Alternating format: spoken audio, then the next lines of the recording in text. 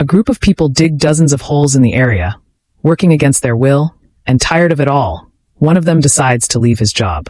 When he sees a dangerous snake slithering near them, the poor guy doesn't think twice and moves one of his feet closer to the animal, which strikes him with a bite. Hundreds of years later, Stanley walks quietly through the region when his head is hit by a pair of shoes. The teenager is an extremely unlucky person who always seems to be in the wrong place at the wrong time, causing him to suffer from various random accidents. Stanley then remembers that his grandfather used to say that these waves of bad luck were due to a family curse, and also claimed that during life, fate will decide everything. Despite this, the young man decides to examine the cleats that fell on his head, and realizing that they are quite nice, he decides to take them with him. Minutes later, while returning home, Stanley is surprised by a police car that appears at high speed. Seeing the young man running down the sidewalk, the police officers rush to stop him and ask if the delinquent stole the shoes he is carrying.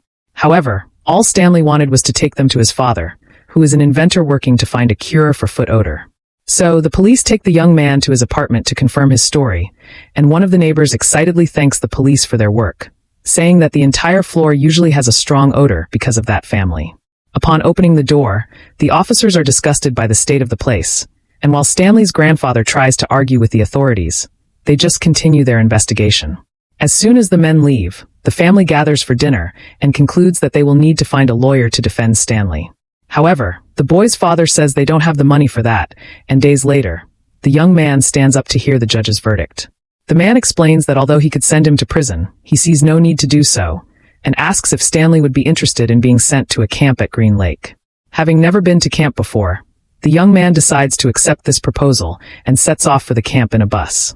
During the trip, Stanley sees a man walking through the desert with his cart, but soon after, he disappears, leaving the boy totally confused. Minutes later, the vehicle arrives at the camp, where he is greeted by the camp manager. Without wasting any time, the man hands over the clothes that the inmate will wear for the next 18 months and explains that there is no way to escape from there, since the nearest body of water is hundreds of kilometers away. Finally, the chief gives him further instructions about his work days in the desert, where the young man will have to dig a hole 1 m in diameter and repeat the process every day. At that moment, Dr. Pendanski appears and comforts Stanley, saying that even though he has done bad things, he is not a bad person. After that, the man takes the boy outside, where he gives him a tour of the camp and introduces him to some of his young friends. Now that the newcomer knows everything he needs to know, Pendanski asks Theodore to take Stanley to the dormitory, so he can choose his bed. On the way, the trio explains that none of them go by their real names, but rather by personalized nicknames. Rex explains that his nickname is X-Ray, while Alan and Theodore have the code names Squid and Armpit. In the dormitory, Stanley meets the rest of the camp members, and so that they can introduce themselves, Magnet and Zigzag interact with the newcomer. The next day, while eating the grub delivered to the cafeteria, the young people ask how Stanley ended up there, and he replies that he ended up stealing a pair of soccer shoes that belonged to Clyde Livingston, a famous soccer player. Upon hearing this, the young people laugh and ask how the boy managed to get hold of the item. He then explains that the pair of cleats seemed to have fallen from the sky while he was walking near an orphanage in the city. At that moment, Zero, a boy known for never talking to anyone, begins to speak and asks if the shoes had a red X on them somewhere. This behavior surprises everyone, and Stanley replies that yes, remembering Clyde's testimony during the trial, where he stated that he grew up in that same orphanage. The next morning, before sunrise, the Green Lake inmates are awakened by their superiors, and after picking up their shovels, they head to the excavation site. Before leaving, the chief orders Stanley to start digging with his colleagues and to call him or Pendanski if he finds anything of value. Confused, the young man asks what they are looking for, but the man does not answer the question and states that this is just an extreme practice to get those delinquents to fall in line.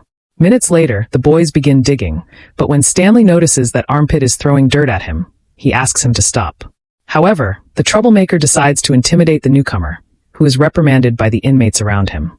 In a few hours of work, Zero finishes digging his hole, and Stanley is impressed by the boy's speed. As the hours pass, the newcomer ends up being the last one left in the excavation area, and despite some difficulties, he manages to get out of the hole and returns to camp. Before he can enter the dormitory, Stanley is surprised by the chief, who points his gun at him. Frightened, the boy stands still, but the man just whispers for him to stay still and shoots a poisonous lizard that was right behind him. Despite missing the first shot, the chief manages to neutralize the animal, and after that, he suggests that Stanley go to sleep. Upon hearing the reports of what just happened, the inmates mock the situation, and the next day, the young man writes a letter to his parents, lying that he is enjoying himself and having a lot of fun in Green Lake. However, Stanley is suffering every minute of his day and tries to stay focused so that these problems don't get to him. Trying to destabilize him, one of the delinquents steals the boy's letter, crumples it up, and throws it in the trash. Angry, Stanley retrieves the letter and puts it in the mailbox to send it to his family. The next day, the rookie finds a kind of fossil in the hole he dug and runs to deliver it to Pendanski, asking if he can take the day off for the discovery. Upon seeing the object, the man explains that the camp director doesn't care about those kinds of finds and asks him to return to work. To annoy the new guy, the rest of the inmates make fun of his performance, and soon after, Stanley wonders why that place is called Green Lake. Pendanski then replies that the area used to be a great city, and the camp director's grandfather owned more than half of the buildings. Later, X-Ray approaches Stanley during the excavation and orders that if he finds any objects during his work, the rookie must hand them over to him immediately, as he is one of the oldest members of that place. At the end of the workday, the boy walks through the inmates' recreation area, and thanks to the commotion, one of them ends up bumping into the young man, causing him to fall on top of one of the older delinquents. Furious, the lunatic orders him to get away, and tired of the treatment he has received, Stanley responds to the insult. This attitude makes the man even more angry, and he scolds the newcomer, who stumbles and falls on top of him once again. Realizing that a fight is about to break out, Zero grabs one of the balls from the pool table. But before the delinquent can attack Stanley, X-Ray and his colleagues rush to calm the situation down. From then on, the inmates decide to name Stanley Caveman Music, since he was the first to find a fossil, and now that he is getting closer and closer to the young people, the newcomer finally begins to be protected by them. One day, the boy receives a letter from his mother, who tells him that despite the arguments between his father and the building owner over the bad smell, they are all fine. At that moment, Stanley starts laughing and confused, Zero approaches him, asking why his colleague is laughing so hard. The young man then explains that his mother told a funny joke in the letter and goes back to reading the message. However, noticing that Zero is still standing right behind him, Stanley asks him to move away, and the boy reveals that there is no need to worry, as he cannot read. In addition, the young man asks if his colleague could teach him to read, but Stanley replies that he is always tired after work and just wants to sleep at the end of the day. Days later, the inmates continue digging, and suddenly Stanley finds some kind of ammunition and calls his colleagues over to examine the object. Without wasting any time, X-Ray decides to take what Stanley found it to Pendanski. Outraged, tells him he shouldn't do that. Upon hearing this, the young man intimidates his colleague, and in order to avoid causing problems, he simply suggests that the inmate show the object the next morning, as this will earn him much more time off. So the boys continue their work and music. The next day, X-Ray alerts Pendanski about the ammunition they found. Within minutes, Music, the director of the Green Lake camp, appears at the excavation site, and after ordering Pendanski to fill all the inmates' canteens, she dismisses X-Ray, saying that he will get 2 showers and a candy bar as a reward for his performance. Confused, Stanley wonders how the woman knows so much about all the inmates, since she doesn't even talk to them. Music, and the group tells him that the director has cameras and microphones all over the camp. This story worries the boy, and he takes a shower while looking for surveillance devices that may be hidden around him. From that day on, the warden becomes even more present during the excavation activities and forces the inmates to dig huge craters around the area where they found the ammunition. To control the situation, Armpit tries to lie and uses a piece of metal from the camp to pretend he has found something. However, the woman notices that the young man is trying to deceive her and orders them to return to work immediately. In addition, the boss says that Armpit will not be allowed to bathe for 2 weeks, and at dusk, the camp decides to return to the standard excavation method, where each of the boys will have their own hole to dig. The next day, the young people carry out another shift of digging under the scorching desert sun and feel slightly hopeful when they see a rain cloud approaching the region. Wanting to discourage them, the chief tells them that the Green Lake area has not received rain for decades and assures them that the situation will continue this way. After that, the man leaves, and at that moment, Armpit reveals that he stole a bag of sunflower seeds from the truck. Excited, the young people begin to eat them, but before they can enjoy them for long, they see the chief returning. In order to hide the seeds, one of the boys throws the bag away, causing it to fall into Stanley's hole. Desperate, the young man tries to cover it with some dirt, but without success, and upon seeing the seeds scattered on the ground, the boss asks who did it. Noticing that Armpit seems to be scared, Stanley decides to take the blame for his colleague, and as punishment, the man takes him to the director's office. Tired of all these problems, the woman asks Stanley to get one of her nail polishes. And while he does so, the young man notices several old posters and newspapers about Kate Barlow, a famous criminal from Lake Green's past. Although curious about all these things, the boy remains silent and hands the nail polish to the woman. After painting her nails, the director says that her nail polish is made with rattlesnake venom, and suddenly she attacks the camp boss, who panics as the poison runs through his veins. Soon after, the woman orders Stanley to go back to work as she wants to deal with the man alone. As soon as they come across their friend, the young people ask what happened, but the boy replies that they did nothing to him and goes to his hole. At that moment, Stanley notices that the hole has been completely dug and thanks his colleagues. However, the inmates explain that Zero was responsible, and as a thank you, Stanley offers to teach him to read. Days later, the camp leader begins to harass Stanley with various taunts as a form of revenge for what happened at the warden's house. Despite this, the boy remains focused and thinking about the posters he saw in the office. He goes to talk to Zero and theorizes that the supposed ammunition they found could be a golden tube of lipstick. Confused, the boy asks his friend why he thinks this, and the pair realize that the initials on the object they found match the name Kate Barlow. The woman was a simple teacher in the village of Green Lake who taught the local children at her small school. One day, Kate met a humble vegetable seller named Sam, and as they got to know each other, they became closer and closer, leading the man to help his friend with some renovations at the school. The problem is that over time, the other men in town became jealous as Kate was a woman who was greatly admired by everyone. Sometime later, Kate finishes another class for the adult group, and interested in getting closer to her, Walker invites her to a picnic. However, she declined the invitation, leaving the man extremely irritated. That situation left Kate devastated, and noticing how shaken she was, Sam tries to console her saying that they will find a way out of that life. Unfortunately, the couple is surprised by a sudden attack from Walker's gang who set the school on fire as a form of revenge against the woman. Terrified by what is happening, Kate runs to ask the sheriff for help. But the madman can't even think straight and asks for a kiss from the woman who is furious. At that moment, the officer reveals that the criminals from Green Lake are about to eliminate Sam as they do not want a man like him to be with such a beautiful woman. This news leaves Kate in a panic, and before she can reach the lake to warn the young man, she arrives too late, witnessing Sam's sad end. Days after that horrific scene, Kate decides to take revenge and goes to the police station where she eliminates the sheriff with a single shot. Soon after, the woman kissed her victim on the cheek and continued with the same ritual with each of her victims, making her known as the Kissing Kate Barlow. After earning this title, the woman became an extremely powerful criminal, carrying out several robberies on trains and banks in large cities. Back in the present, Stanley begins to teach Zero to read and write, and during the activities, the boy reveals that his real name is Hector.